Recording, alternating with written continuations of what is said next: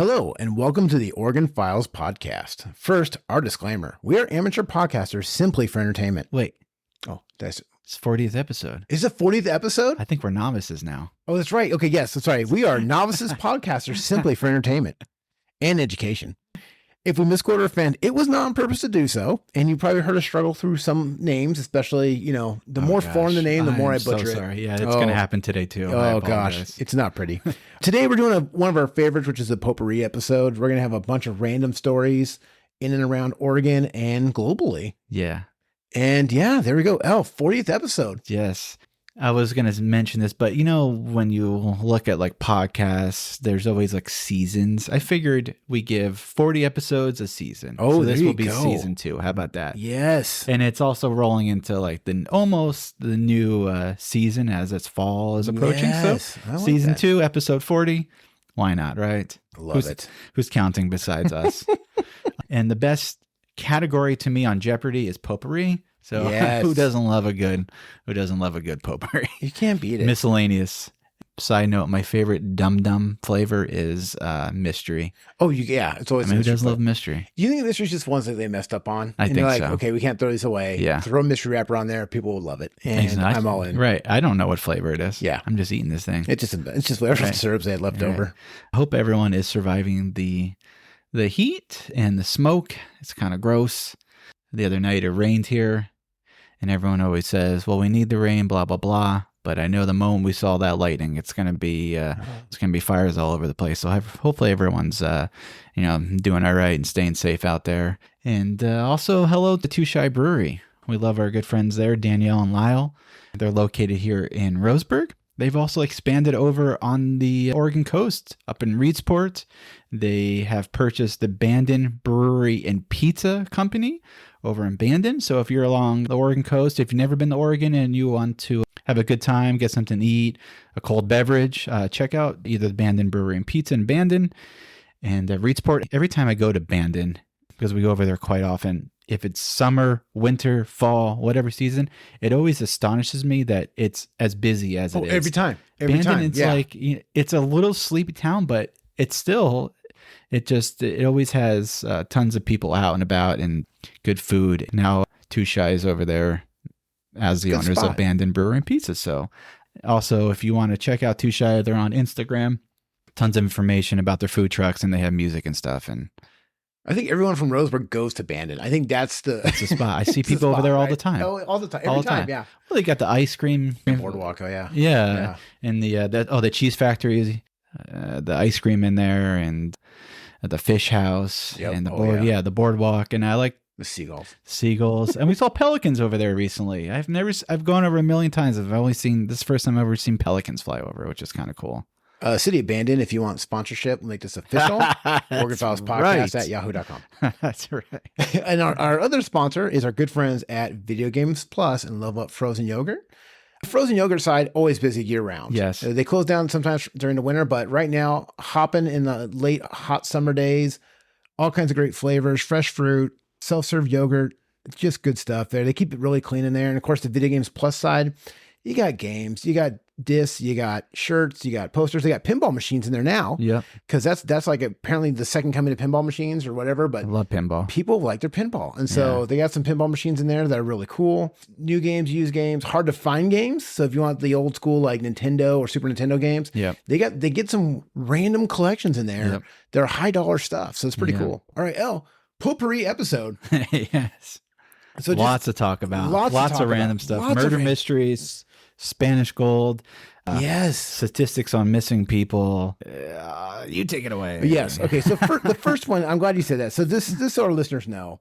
You want to go down a rabbit hole, you just look up missing people, Right. put in your state or city, and you're going to go down some paths. Oregon.gov currently has 1,272 people missing in the state of Oregon. Wow. Okay.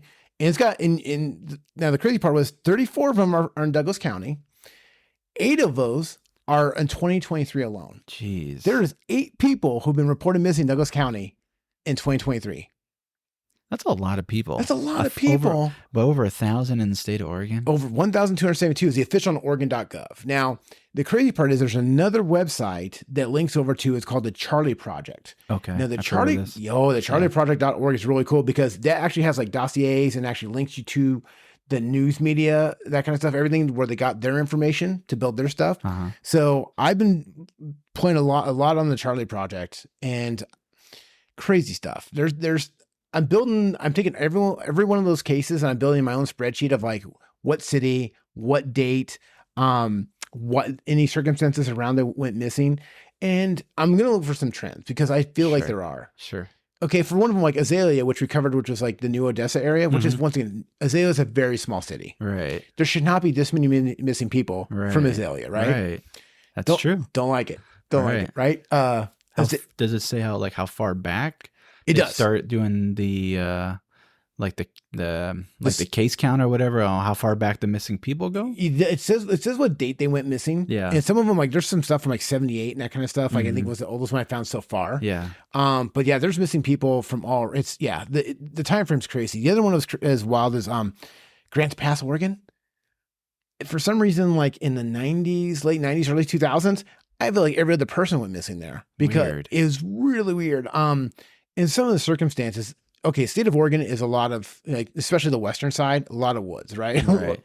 How many people just disappear, like went into the woods, they find their vehicle off on a service road somewhere, never find the body. Right. Okay, this goes right back to like, I know these people are just wandering off, maybe break an ankle, maybe it's suicide, I don't know. Right. But the amount that disappears in the woods and they don't find anything, troubling. Bigfoot. I was wondering, Bigfoot would be the best serial killer because... people don't believe him. Camouflage. Yeah, he's camouflage. No one's going to believe it. Like, I saw Bigfoot. It's like, yeah, he's probably killing a fellow hiker. Don't go into the woods with jerky in hand. Just don't go by yourself. Right. That's usually number one. Come rule. on. We've covered this before. Yeah. Yes. Just go with a partner. Go with a buddy. It's been established. Yeah. Don't do it. All right. So I'm going to go over some of the cases I found interesting. Just a couple that popped up right away. Of people who disappeared. First one I want to cover is the case of Barbara Joy Gallagher. She went missing on September 1st, 1988 out of Azalea. She was 31 years old when she went missing. She had blonde hair and blue eyes. She was last seen in Azalea sometime between September and mid-October 1988. She's not been heard from again and whereabouts are unknown. Gallagher lived in Azalea on Bull Run Road with her boyfriend, Robert Barr, at the time of her disappearance. In 2001, Barr's wife, his second wife, body was found in South Lake Tahoe, California area. Several weeks later, Barr shot himself to death. Oh, geez. Investigators determined that the gun he used was the same weapon used to murder his second wife. Oh, geez. They believe he killed her. Red flags. Right? Red flags. Okay, now this reopens up cases, right? Right. He's described as a consummate liar with a history of violence, but was never charged in connection with Gallagher's case. Oh, boy. Once again, I'm not going to judge the police department sometimes. Right. But, I'm no legal person. But I have no legal background. If someone's gone missing and this guy later on kills someone else and kills himself, anyways. You might want to backtrack just a little bit. Does someone need to raise their hand and say, hey, can you guys connect these things? Like, right. So Gallagher coached the Roseburg swim team, was employed at the Red Cross, and also worked as a lifeguard there. Interesting. She was a student at UCC and majored in corporate physical fitness at the time she disappeared. Her hobbies included scuba diving, jogging, photography, collecting carousel horses, and attending rodeos. Those are all nice hobbies. That's a nice person there. That's a nice hobby. I wonder how many people go missing and don't want to be found. That's okay. A lot of those, that's part of my list is like people who just literally disappear. Yeah. Did they decide, I'm kind of done with my life here and my lifestyle, and I'm going to go bunker up somewhere in Idaho. That's what it is, right? Because as long as you don't use the social security number again, you can get away with it. You just go off the grid somewhere. You just go off the grid. Can you do that nowadays, though? I don't think so. I think a lot of these cases I'm looking at, there wasn't like the security cameras, there wasn't like the cell phones, that kind of stuff. So that's why these people went missing. But today, I think it's harder to go off. Right. It's harder to disappear. Right. Especially with the cell. I guess you could change your cell phone number. Yeah, you though. can change your cell phone number, but a lot of times you need ID to get stuff. You know what I mean? Right, that's true. And to collect a paycheck somewhere, you got to have a social security number. You got to pay taxes. Right. Right. So unless you get a fake one, Right. it's a lot of work to disappear. A lot of work. It's like, I gotta give up. I look into it. It's a lot of work. It's a lot right. of work. Ah, man. Well, I guess I might as well just stick it around here. Right. So Gallagher's body. So just so you know, Gallagher was never found. She's considered endangered, missing. So if anyone knows where Barbara Joy Gallagher is, she's been missing since 1988. People. Especially closure for families, you know? That's the thing. They like to know what happened to your aunt, mom, family member, sister, whatever, The closure, I think, is the most important part. All right. Our next missing case, if anyone knows where Courtyard Lee Mumford is. Now, he's been missing since July 7th, 2007 out of Portland. Now, this is an interesting case because, and I'll read the details. Mumford was last seen in Portland, Oregon. A retired commercial airline pilot, he had recently purchased a bright yellow single-engine 2007 Cub Crafter Sports Cub aircraft. Wow. Yeah. Say that again. It's got the tail number N222TB. So if everyone's listening at home with your pen and paper, N222TB. He flew out of Aurora Airport shortly after 5 a.m. on July 7th and never returned. His family reported him missing that night. Oh, that dude's gone. If it had a full tank of fuel, it could have flown for as far as 400 miles without needing to stop. 400 miles, okay. Now, here's the catch. Neither the plane's emergency responder nor Mumford's cellular phone emitted any signals after his disappearance. He turned off locations. He's a very experienced pilot. He worked for TWA and American Airlines for over 35 years and had an estimated 27,000 hours of flight experience. Oh, that guy's on an island somewhere enjoying the good life. He was in excellent health at the time of his disappearance and participated in triathlons. Yep. An extensive search turned up no sign of him or his plane.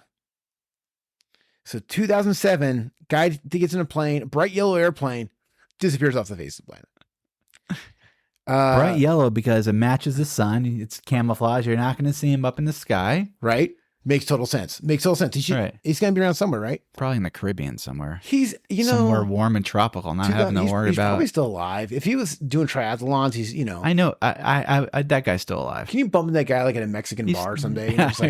He's probably just on some sleepy little town, maybe down in Mexico or something. He's known as a gringo. That's what he's like calling the town. Right. Oh. All right. Now I have a very recent article. This was published just on August 19th, 2023. This was from thedailyDot.com. And the article was written by Grace Fowler there. And it says on August 16th, 2015, Troy Johnston crashed while flying over the Pacific Ocean and was never found. Now his daughter Allison has broken down a video on TikTok that she thinks that his death was fake. So pulled the Tupac, huh? Allison's videos reached over 9.7 million views on TikTok as of last week. And that's where the young kids get their news. Right? I know. So here's the deal. In the video, she says her dad worked with the government and they lived on a mini airport at the time. She goes, we owned like 4 to 5 planes through the company he worked for, she says. She doesn't know much about the company. All I knew is that it was just flying my whole childhood. Finally got, after 7 years of requesting it, she finally got footage of the plane crash. Really? Okay. She shows the map of the route showing that he made a pit stop in Palmdale, California to get gas for his plane. She goes, which is so weird because he never stopped in Palmdale before. All the other times that he's flown, he's never stopped in Palmdale. He always had enough gas topped off to get him from point A to B as long as he's not flying cross country. From Palmdale, the map shows he went off the coast 460 miles and crashed. Crazy. The story is that she was told was that he lost consciousness and crashed, which is possible. Right. I know that happens in airplanes. But here's the catch.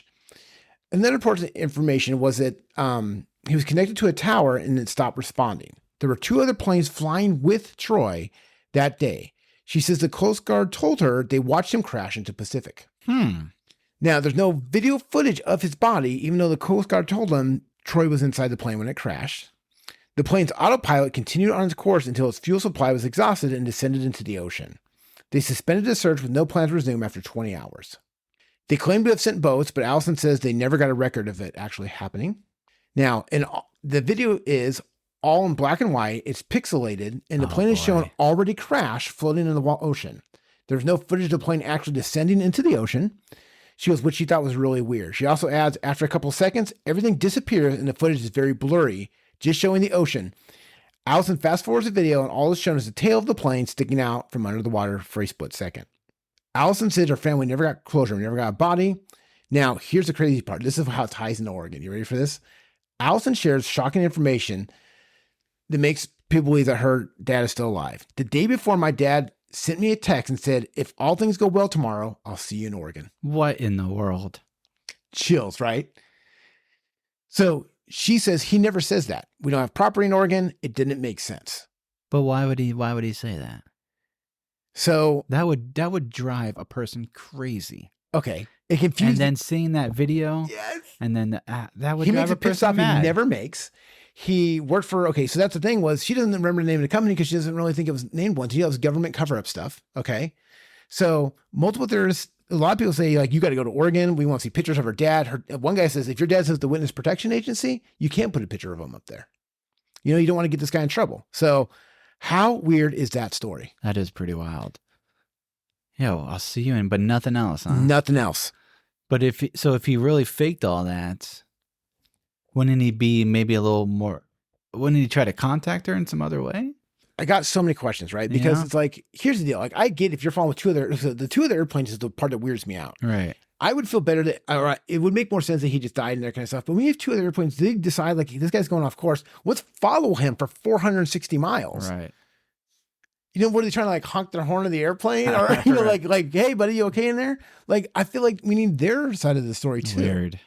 Very weird. That is But weird. the Oregon text, man, Yeah, I'll see you in Oregon. I'll If see you in all Oregon. goes well tomorrow. So maybe it didn't go well. maybe it didn't go well. All right. So, yeah, anyways, that one got me. That was a more recent. That's wild. So, but now I'm going to end on a doozy. Doozy of a missing persons case. Okay. Now this one, we're looking for two babies. They're actually not babies anymore. They'll probably be about their early 20s. We're looking for Shoshana and her and her sister, Shoshana and Shania Kirkpatrick. So let me give you their story. Theirs is out of Portland, Oregon as well.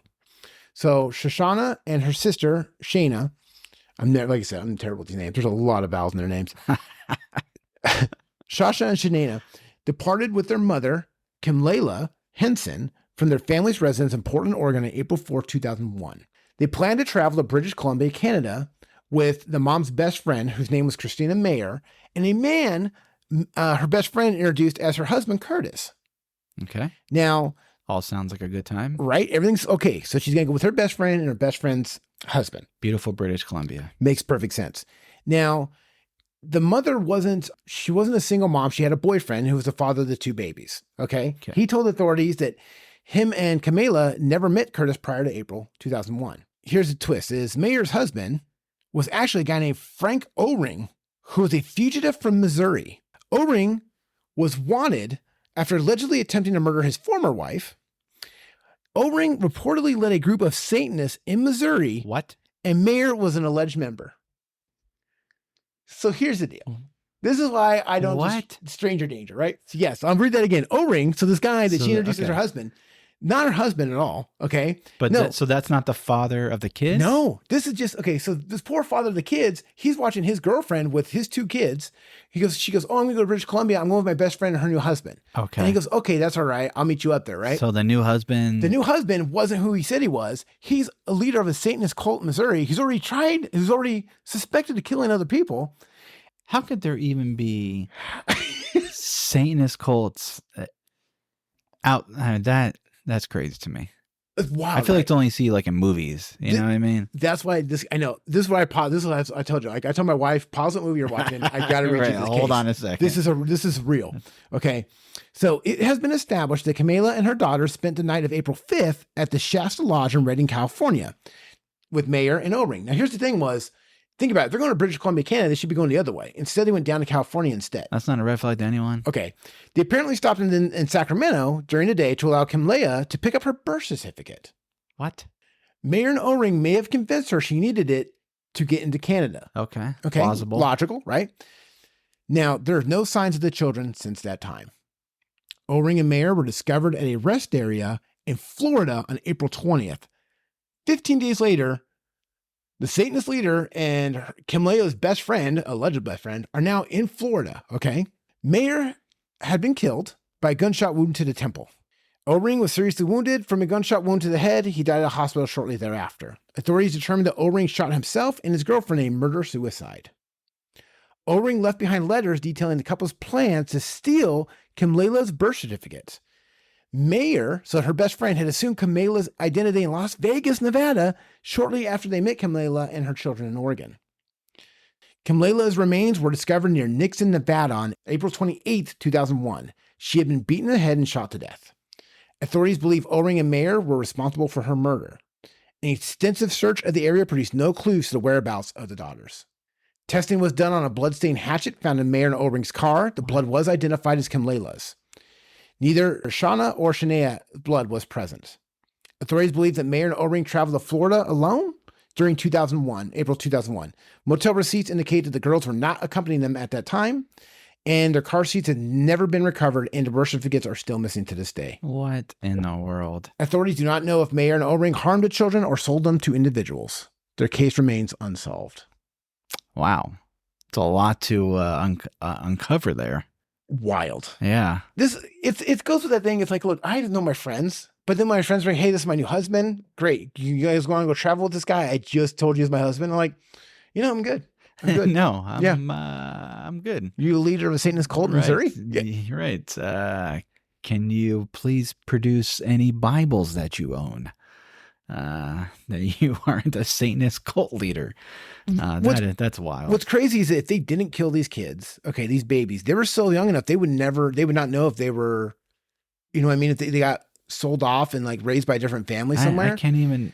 These girls could be alive listening to, they could be listening to a podcast and not realize that, holy crap, right. We do have these questions. Why do we not look like mom and dad? Right. And we're 21 and 23, Right. What's they could still be alive. I hope they are. I hope they are too. This one was really bothering me. Trying to steal their birth certificates and the planning ahead of time too. Yeah. I mean, people's malicious attempts to do something like this really just bothers me, like not right. Completely, leading people on that you're just going to go on some nice trip and they just have evil mastermind ideas instead, Yeah. Yeah. It's so wild. That's why I don't leave my house, Mark. It's not smart to leave your house anymore. That's why everything can be delivered. You're fine. Right. Shasha had a red mark on the top of her head, and she suffered from a broken collarbone at birth. So, if anyone knows anything about Shasha or Shauna, I mean, once again, you got to call the police. That's just wild. So, that's my missing persons, at least for this podcast. That's what you got. Venture, yeah, There's was a lot more. Oof. I have similar story. Okay. It was actually pretty recent that they arrested the person, but we'll get there here. Yes, I'm excited. So this is also from 1988. Her name was Deborah Lee Atropes. Okay. Atrops. Deborah Lee Atropes. She was 30 years old and she was assaulted and strangled before her body was actually stuffed in the trunk of her abandoned car. She was discovered on December 1st, 1988. In November 1988, Deborah was reported missing by her husband. Then 34-year-old Robert, the release states, though still married, the couple had separated 5 months earlier and were living together in Salem apartment with their then 8-month-old daughter. According to the release on November 29th, 1988, Robert went to pick up the couple's child from a babysitter in Newburgh while Deborah was at a hair appointment in Tigard. Deborah was reportedly expected to be home a little before 8 p.m., but she actually never showed up. So Robert then called several friends and family members to see if they knew where Deborah was before reporting her missing to the Tigard, the police department authorities said.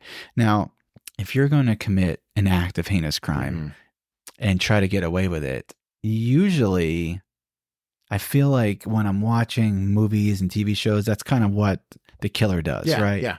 I'm going to do the crime. Then I'm going to pretend it didn't happen. I'm going to try to cover it up. I'm going to call everyone, call the police. Yes. I'm going to file a missing report, right? Yeah.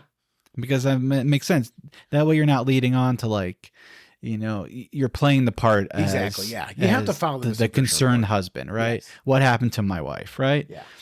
So the next day, which was November 30th, 1988, he told investigators he is still not heard from his wife. The DA's office said Deborah's car was then entered into databases used by law enforcement as a vehicle connected to a missing persons case. Deborah drove a black Honda, which was reportedly recovered by police in Beaverton on December 1st, 1988, after a city public works employee reported a suspicious abandoned car with keys in the driver's seat. Ugh, not good. The two-door sedan also had its driver's side window down and missing license plates. So he tried to dump the license plates to cover his tracks. More times to research where the vehicle's from. They looked in the trunk, and investigators, that's where they discovered, and they found Deborah's body was inside the trunk. The release went on this day. Based on the position of her body, it appeared Mrs. Atropes had been placed in the trunk after her death. An autopsy was determined that Deborah had been assaulted and strangled. Her death was ruled a homicide. Now, man, I feel like this, it's so obvious, like reading this stuff, years later, but maybe it's not. Despite more than 3 decades of investigation, the case eventually went cold. Nearly 35 years after his estranged wife was found dead in the trunk of a car, 68-year-old man from Oregon has been formally charged for the murder. So this was pretty recent, Wow. 2000 March. This actually happened this year, March 2nd. Robert Elmer Altropes was arrested at his Newburgh home on March 2nd and was charged with 1 count of second-degree murder in connection with the 1988 death of his 30-year-old wife, Deborah. Wow. They actually went back and they didn't have a lot of DNA capabilities Okay, or like that makes technologies. sense. Wasn't advanced then. Yeah. They did a lot of new DNA sampling and stuff like that, and they were able to basically pinpoint it to Robert and make the arrest. So according to a press release from the Washington County District Attorney's Office, detectives and the Washington County District's Office cold case multidisciplinary unit reopened the case in 2021, about a year after forming a partnership with the Washington County Sheriff's Office. The cold case was formed in 2020 after receiving a grant from the U.S. Department of Justice. The U.S. County District's Office cold case, oh my gosh, this is a mouthful. Washington County District Attorney's Office cold case multidisciplinary unit. You would think they can find an acronym for that. Someone got paid to make that happen. Right. It reopened the case in 2021 after receiving a grant. For the next year and a half, the investigators said they re-interviewed multiple witnesses and had forensic evidence re-examined. The charge against Robert was eventually brought forward on February 26 when he was indicted by a grand jury. Robert was booked into Washington County Jail and he's scheduled to be arraigned on March. It's not immediately clear if he has entered a plea or retained an attorney to speak on his behalf. So kind of wow. So when that happens, do they go back and look at his original, like what he said where he was at? That kind of stuff. I think so. Because it's like weird. Right. Like, but they really use a lot of like forensic and DNA. Yeah, because it's the only way to be 100% positive. They said there was no way that they could have contemplated the advances that were made in DNA technology between now and then. Being able to use today's technology and apply it towards evidence that was seized over 30 years ago is a huge advantage in terms of challenges. So did he admit to it yet, or is he just it doesn't say that there hasn't been any sort of plea yet. Like, I want to, like, it's not that I care what he has to say, but it's like, Right. was he like remarried? Did he have kids? Like, I'm not sure. It's just such a weird. Yeah, you would think after 35 years, you would be like, okay, I did it. Yeah, or do right. you still stay with like, I'm an innocent? Yeah. Like, do you live that lie for the rest of your life? I mean, you've so gone that wild. far, right? I can't comprehend it. And how many more cases out there that are cold cases from the 1980s can forensic and new DNA technology advancements can they solve cases like the ones? Yeah. So should we liven it up? Should we do some I was gonna police say a little- logs? police logs. Yeah. Okay, let's go police logs here because and just so everyone knows, these are I got these from nrtoday.com, so News Review, and these are a little older. News Review doesn't cover these as much anymore, but thankfully I had the mindset the last 10 years to save the good ones. Okay, You knew we were going to do a podcast. I knew I was going to do a podcast someday. I knew these had to be shared. I'm reading this one exactly as it was written, and this one is not PC. Okay, so I apologize for the slander word in here, the slur word. This happened at 1:01 p.m. Okay. A midget was in a bathroom for at least 45 minutes and is now in the parking lot bothering customers in the 4700 block Northeast Stevens Street, Roseburg. Well, you had to describe them. I You had to mean, you describe can't him. just say, I mean, he's a normal sized guy. I mean, who else are going to look out for? The 45 minutes in the bathroom is troubling. He could. I mean, maybe he ate a little too much cheese. Even at that, Little 45 minutes blockage. is concerning. That is a little concerning. That tells me you fell asleep on the toilet. Or he's playing Candy Crush. 2:27 a.m. So we're at now early in the morning. This is never anything good in the morning. 2:27 a.m. A drunk male was trying to grab cars as they drove by. I am sorry. This is in Canyonville. I love these trying to grab cars. I as know. they What are drive you, by. a dog? I mean, what if you grabbed one? Yeah. Then what are you gonna do? What are you gonna do with it? Yeah. What are you gonna do? Hoping the door's unlocked? You're gonna be in so much trouble that you're gonna get dragged by the car. That's just it. To be that drunk, you're just trying to grab cars. This is 3:40 a.m. This was also in Canyonville. Why can't anything happen at 4:00 in the afternoon? No, the better stories are early in the morning. Okay. Yeah, it makes sense. This is the part where I think it'd be hard for me to be a cop because I couldn't take it seriously. Oh, there's no way. You know what I mean? Like at 3:40 a.m., this is the call I got. If I was an undo the cop, and this is what the caller said. The caller reported that someone rang her doorbell and softly knocked on her door. Okay. Oh, that was it? 3:40 a.m. Did she answer?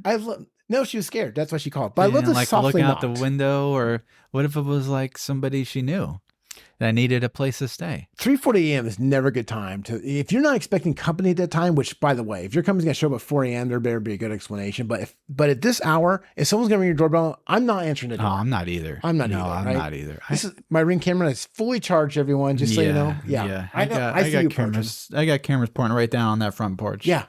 I can talk to you through it. Yeah. I'm not 3:40 a.m. If you're gonna ring and then softly knock, nope. Yeah. I'm out. Well, at least they were courteous not to bang. I guess, but then are you really expecting to wake someone? Are you looking to see somebody's home? If they're not, are you gonna rob it? They're so weird. Yeah, that's true. And salesmen. Yeah. Yeah, that's gonna be Unless they were on jet lag. Yeah. Doesn't work. This one's at 6:20 a.m. And now that's okay. 6:20 a.m. Something going down for what this is makes sense. This is a nice elderly couple. They got up. They're having their morning coffee. Sure. Then, stray cat just walked through the dog door, scratched and bit the caller's husband on Astor Street in Roseburg. Now, okay. I'm on the cat side. It's a cat burglar. Everyone can make yeah, that joke, right? yeah. But I love he bursts through the dog door and it attacks the caller's husband. Yeah. I want to know what happened in between the going through the dog door and what did the guy, did he provoke it? Yeah. Right. Because I've never seen a cat just come in full and hot. Like, You know I'm what I just gonna mean? attack. Yeah. Yeah. Usually they're coming in, maybe looking for a little Yeah. food or something. He made a disparaging comment about it. Right. He goes, I don't like the Right. Siamese in my town. Maybe I'm a dog person, and the cat didn't like that. I like that the dog didn't do anything. It's a dog door, Right. and there's no comment what the dog did. Like, Right. right. I need more information on this story. Right. Love these. My cat used to go in my neighbor's dog door and go inside and eat the dog food. And it did that for a year, and it took him like a year to tell me, That's your funny. your cat is been enjoying our dog's food by going through the dog door. It's such a cat power move. Right. When a cat eats, so I think whenever a cat eats dog food or a dog eats cat food, Right. to them is like the ultimate like I'm like, well, I have been noticing she's gaining weight. right. The cat starts barking. Right.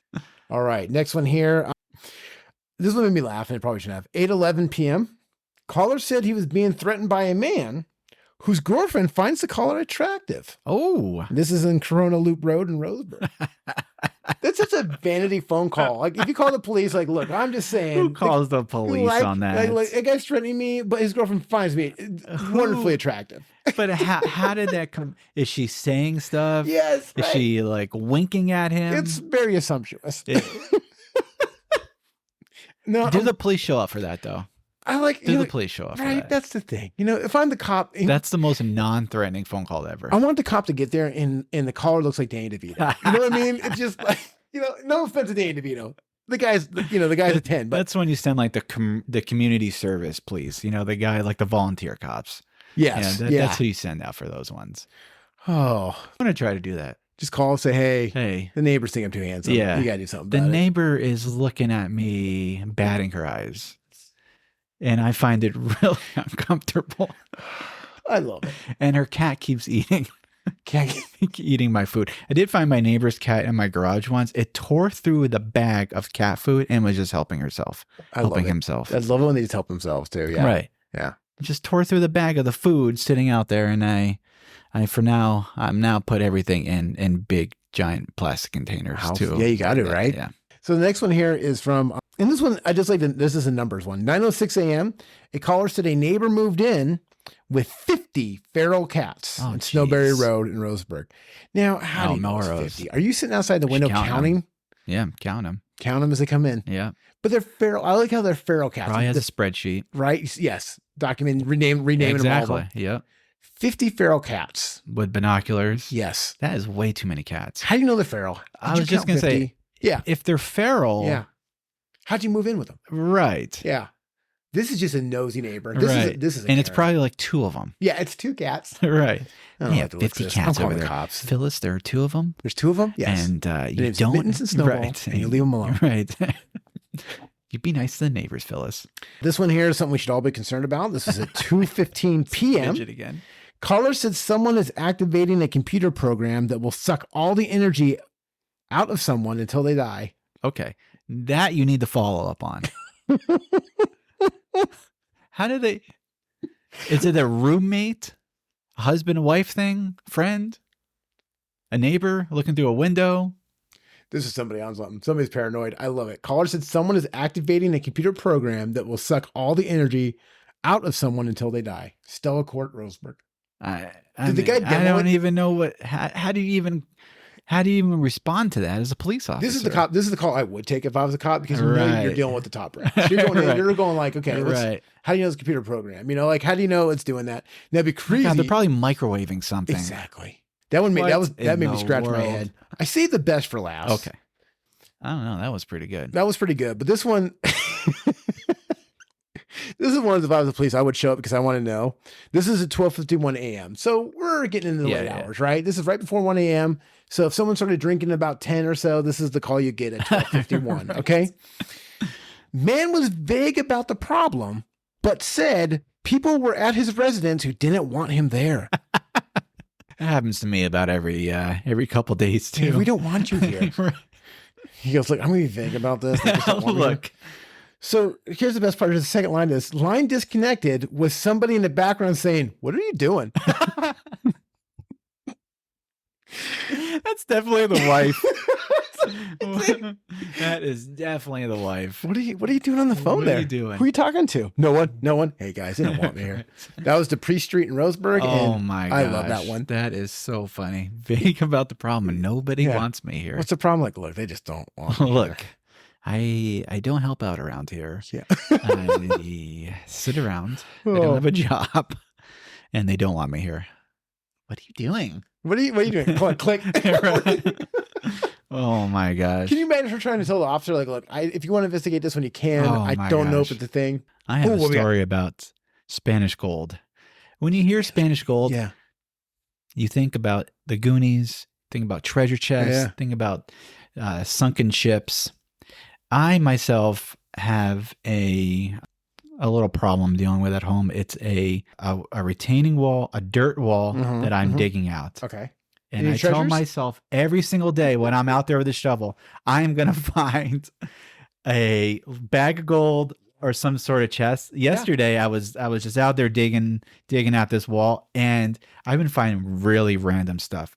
And yesterday, I found old rope, and it was in kind of like a half circle shape. And I was like, well, this is strange, right? Yeah. And I'm like, okay, this is the day I'm finding myself a little, something's tied to the end of this rope. And I'm pulling on it. And I'm like, it's not budging. I'm like, this is it. Yeah. I'm like, I'm not telling my neighbor I'm finding any of this, right? So I'm pulling on it, digging out a little more. And it ends up just being 2 pieces of loose rope. But I know. But why was it buried? I know deep within that earth wall that there's going to be something valuable. There's got to be. It's got to be worth it. To find a random rope is so bizarre. Oh, yeah. I found like old belt buckle. Yeah. Just old random stuff. When I was digging for the pond, we found an old Hot Wheel that was 30 years old. Oh, see, that's cool. Yeah. You know, like how random is that? Just one. Right. You know, it made no sense of being where it was at. Yeah. Right.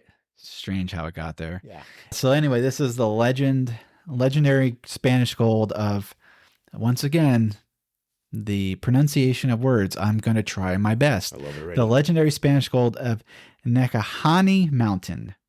If I say it slow enough, Necahani Mountain.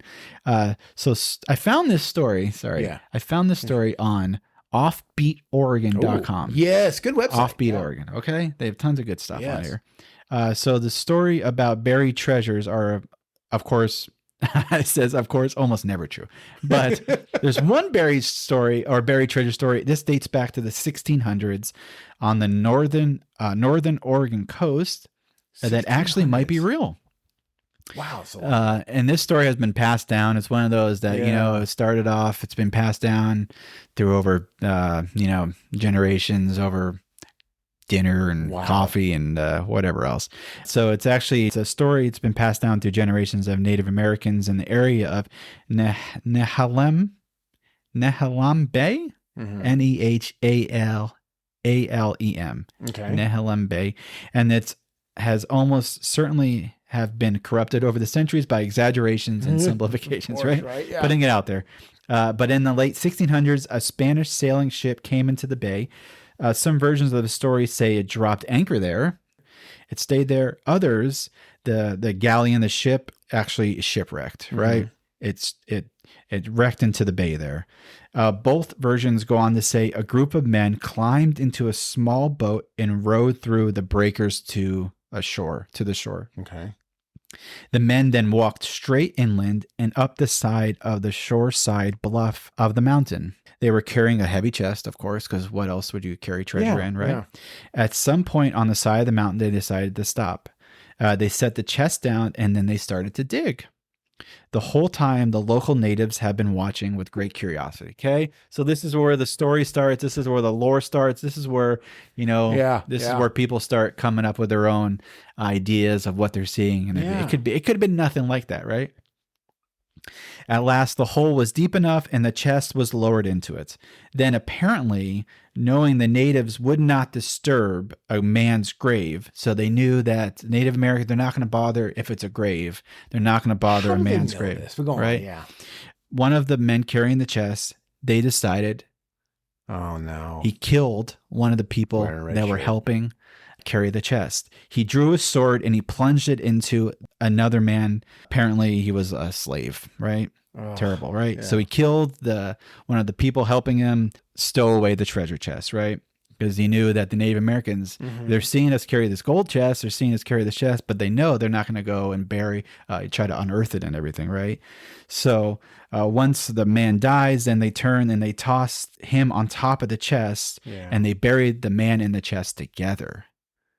So kind of crazy. Wild. So from here, the stories, they diverge. They go crazy, right? Yeah. Once the ship hoisted anchor and disappeared over the horizon. And in another story, several sailors are left behind to guard the ship, but a quarrel ensues with natives over women and are killed in the ensuing fights.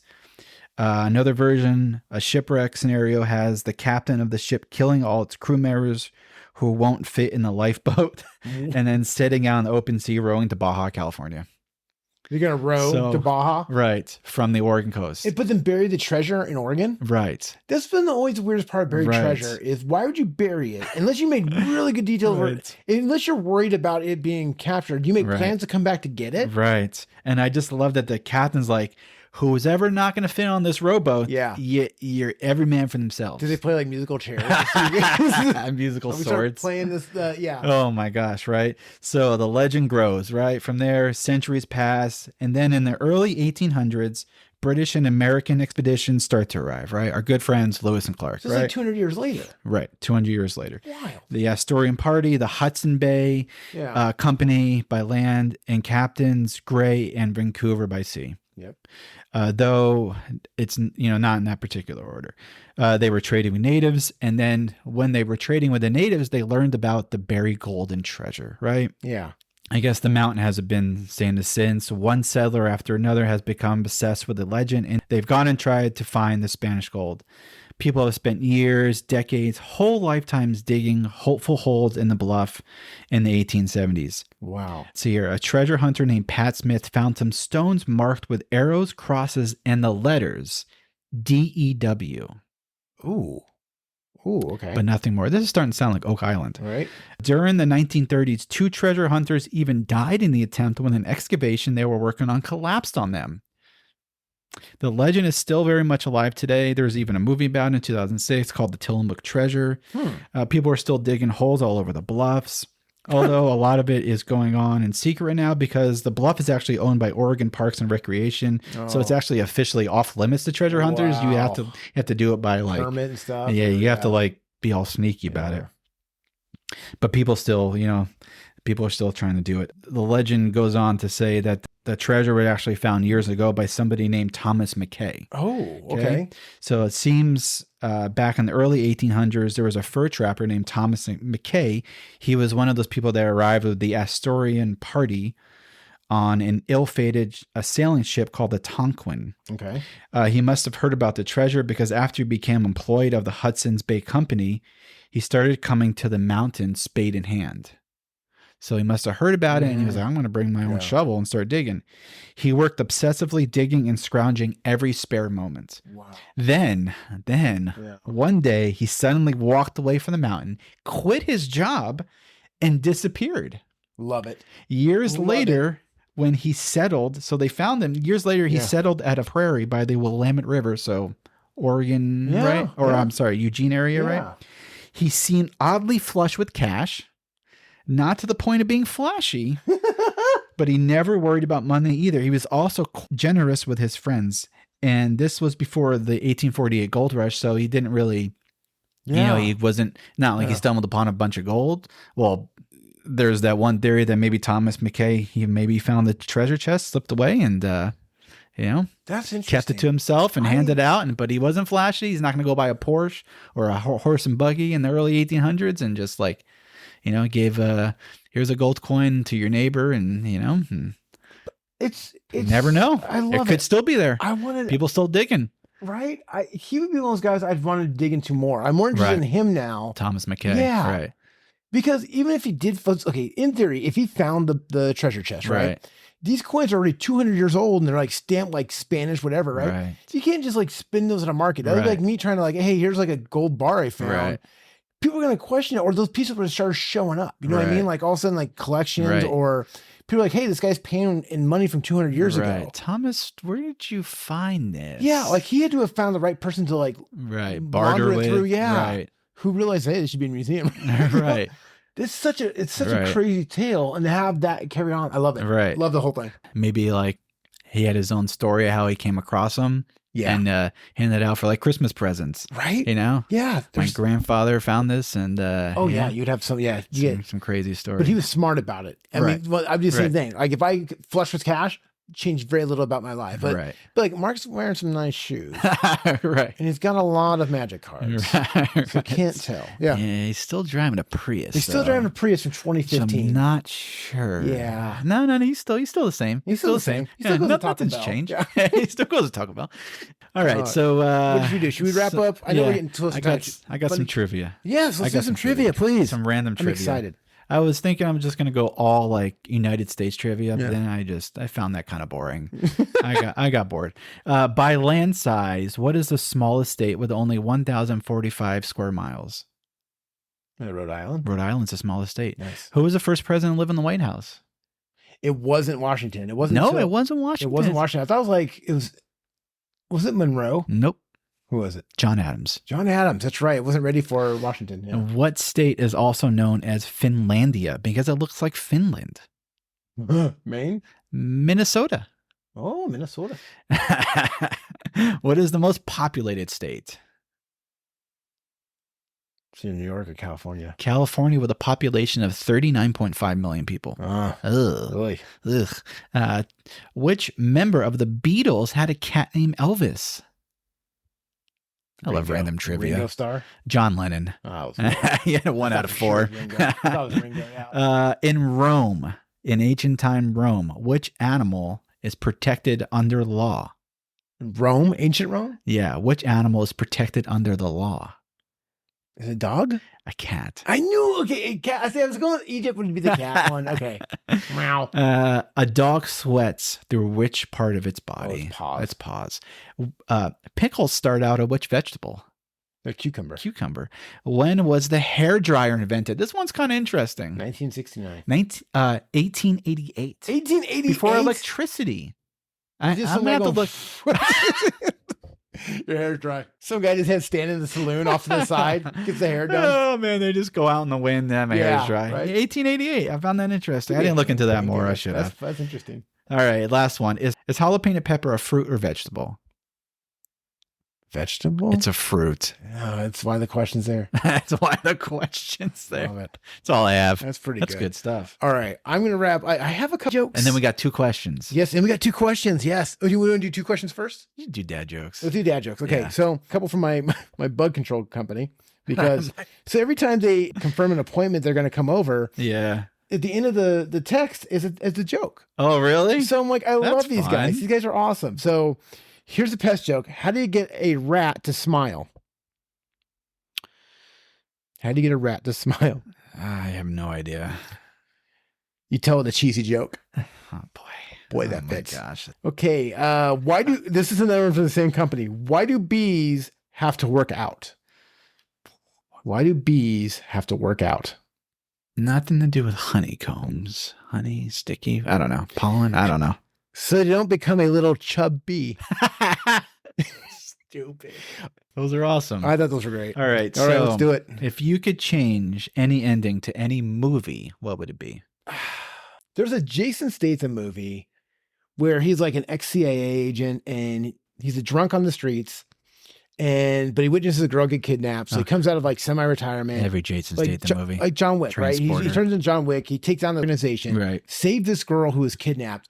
But the very end of the movie, he goes back to being a drunk on the streets. I'm going, Interesting. I'm like, what a weird, like, why Weird would you little go that twist. route? Right. I don't know why that bothered me the most. Right. Like, That is kind of strange. you know what I mean? You It's just go like- back to being the same person. Yeah, am I supposed to root for you? Are you trying to set up the sequel that's not going to Right. happen? Because this Right. is like, Right. He's just a normal guy. yeah. Huh. I don't know why that one bothered me the most. That would bother How me about too. you?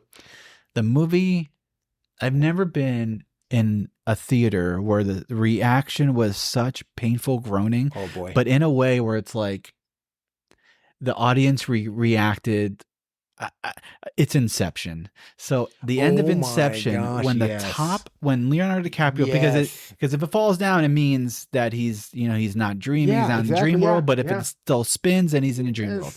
So the end of Inception, I think, not spoiler alert here, but it never shows what happens with this stupid top, right? Yeah. It spins and spins for like 30 There's seconds, years and you're of like waiting for speculation. it. You're Yeah. waiting for it, And and, it then it cuts. cuts the black. Mm. The audience just lets out the whole exasperated Yes. and it just bothers me to this day.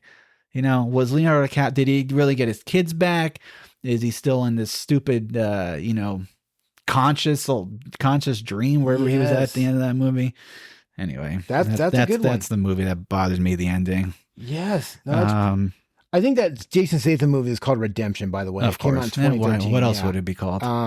Yeah, it was. It's don't waste. Yeah, Don't waste- it's hard. It's hard. And if you haven't seen Inception, I hope I didn't ruin it for you. I mean, the movie's been out for like 20 I years now. thought, I liked the ambiguousness, but you're right. Christopher People Nolan. were upset. My wife was pissed. Yeah, I mean, come on, She give was- me Yeah. give me some sort of closure People at the end of this want movie. closure. Yeah, don't do that. Don't cliffhanger it with me with some top and Leonardo DiCaprio. Yeah. Bothers me. Still bothers me. I can't watch it. Oh, Can't yeah, watch yeah. it again. I love Michael Caine, but come on. If you can go back to any period in time, where would you go? This is a tough one. I used to think I would want to go Old West. Yeah, me too. Yeah. But then again, I'm really big on my hygiene and my comforts and stuff. So I would ironically 1980. see. I would actually go. I think I would go back. This is gonna sound really funny. I go back to like early '90s. Okay. Just put a couple Nothing things wrong with aside, that. right? Sure. Just things are big collectible items today. Like that's the start of Oh. Magic the Gathering. Yeah, Apple is starting. Apple, Right, you buy put a some little Apple money. stock, right? Yeah, Just absolutely. that's all I would do. I wouldn't go crazy. Just once again, then I lay low. Right. That's right. yeah. How about you? All right. So I've been reading. I read this book like 15 years ago, and I'm rereading it. It's called Pillars of the Earth, Oh, and it takes place in a sleepy little town in medieval England, like 1100s Oh, period time. Okay. And so it's funny you say like sanitary yeah. and like being clean and stuff like that. Like the author describes that they bathe like once a month. Yeah. There's no running water. There's no, there's no Yeah, yeah. like any sort of like sanitation system.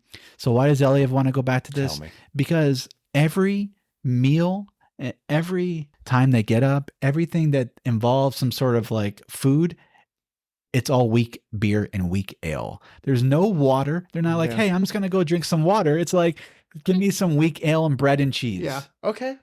Hey, Take me back to a period of time where nobody's telling me I need to drink 8 ounces of glass of water a day. I'm going to drink 8 ounces of weak ale or beer a day because that's what it's being recommended. that's so funny. I don't disagree with it. And not only that, but think about like the earth and everything. Yeah. Probably, I can just go down to the river and just drink water if I wanted. But nobody's Right. telling me like, hey, this is what the USDA recommends. You need to go down and drink some. You need to drink some water. No, everyone's drinking a little weak ale, Yeah. a little wine, a little Yeah. bread and cheese, a little salted fish, and I'm just hanging out in some sleepy town in medieval England. See, I'm set. I don't mind it, right? I don't mind it one bit. Pretty easy days. Yeah, Less I mean, stress. right. I mean, I'm sure there was a lot of going on. You had the beginning of the plague. You know, And a lot of turmoil in England, but still, But you you go kept brush yourself. your teeth, Yeah. you get weak ale. You Yeah. get up in the morning with your bread, weak ale. A little ale, a little strong ale. You go to bed before you go to bed at Right. night. Somebody gives you a glass of wine. I mean, it sounds like perfect spot for. See, it's funny you say that. See, I would go. I love that. If I had to pick like a fictionalized, Yeah. I would go the Shire from Lord of the Oh Rings. my gosh, right? I would have fit in with come the on. hobbits. Come Like on. I am a hobbit, Right. right? Perfect. But just to have, they just did a little bit of farming, smoked their weed. they had their drinks, Right. but everything was like potato based, Right. Right. and they just drank And they kept to themselves. Kept to themselves. Right. Beautiful countryside. Right. No, no ill towards, Right. ill will. Every towards now and anybody. again, a magician shows up with some fireworks on the back of a wagon. You let it be. Right. I just don't know why that would be. How about you? Do you have a fictional place that you would like to live? Oh my gosh. I know. The Shire. The Shire is really good. Fictional place. I would have to think about that. Because if maybe it's for a fictional, minute. you don't have to stay on planet Earth, or Right. in that I know. type I of was realm. even thinking about Yeah. that. I think I might stick with. Stay with England. Yeah, it's called the little town's called Kingsbridge Okay, in this book, okay. and I think because I'm reading it now, I fall in love with the characters, Oh, so that's yeah, probably yeah. where I'm going to. And like the whole premise is like building a cathedral and like this little like church sleepy town, and like seeing a town evolve from like 2 houses and like a baker to Yeah. go from like the booming town with like a cathedral and like shops and everything. And I like I it. don't know. No, that makes sense. My answer would probably change next time you ask me. Right now to think about it. Right. Well, shoot, I Yeah. think that's a good episode. Potpourri. Potpourri, man. We covered a lot of stuff. I loved it. Yes. And if you want to get a hold of the show, you can just email us, OregonFilesPodcast@yahoo.com. On our Instagram page, on the links, there is a little link. It's called Buy Me a Coffee. If you want to support our show, you can click on that link. You don't have to subscribe. You don't have to sign up for anything. You just put in your email, and basically it's helping Mark and I keep the mics on. You're just donating a little bit to the show, $5-10. It goes towards Mark and I's expenses here for the show. If you don't want to do it, whatever, it's fine. But yeah, you just go onto our Instagram page. I believe it's just called Buy Me a Coffee. There's a link out there. The other links takes you to the directories of where you can download our show. Mark also puts it on YouTube. If everyone has enjoyed these last 39 episodes, appreciate all the support and everyone out there listening and continuing to listen. So we Yeah, just thank thank you. everyone so much. Cheers.